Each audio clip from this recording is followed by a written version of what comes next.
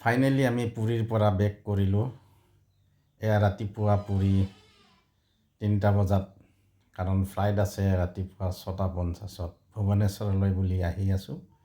এয়া পুৰী ভুৱনেশ্বৰ হাইৱে ৰাতি 3টা বজাৰ আমি আহি আছোঁ, কাৰণে প্ৰায় 1 ঘণ্টাৰ ৰাস্তা। সেইকাৰণে সোনকালে ৰাতিপুৱাই ওলাই আহিলোঁ, কাৰণ টোপনি যদি লাগি যায় ঠিক নাই। এয়া ভুৱনেশ্বৰ এয়াৰপৰ্টত সোমালোঁ। এয়া এয়াৰপৰ্টৰ এণ্ট্ৰেঞ্চত। এয়া হৈছে ভুৱনেশ্বৰ এয়াৰপৰ্ট। এই ৰাতিপুৱা প্ৰায় 4:30 বাজিছে। এয়াৰপৰ্টৰ পৰা নামি আমি ৰৈ আছোঁ, কাৰণ লাগেজ লোৱা মানুহবোৰ অহা নাই বা টিকেট কাউণ্টাৰতো মানুহ নাই, গতিকে আমি ৰৈ আছোঁ।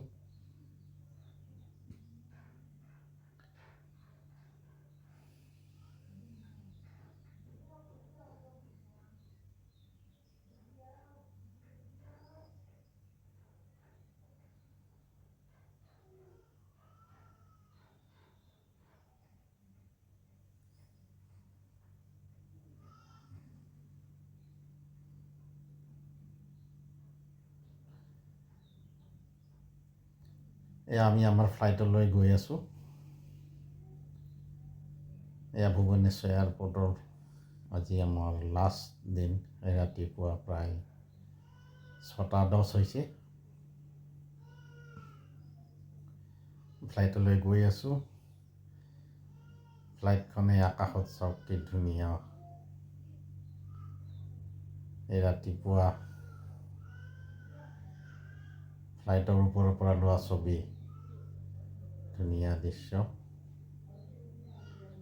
এই চব মেঘৰ মাজে মাজে ফ্লাইটখন আহি আছে।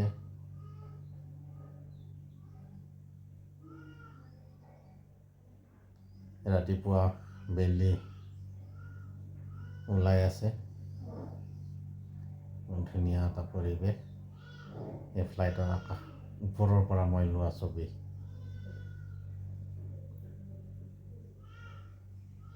এই চব ডাৱৰৰ মাজে মাজে আমাৰ ফ্লাইটখন গৈ আছে। ধুনীয়া দৃশ্য। ডাৱৰৰ ওপৰে ওপৰে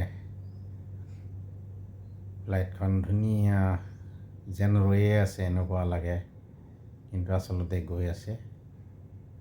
চাই বৰ এটা ধুনীয়া পৰিৱেশ,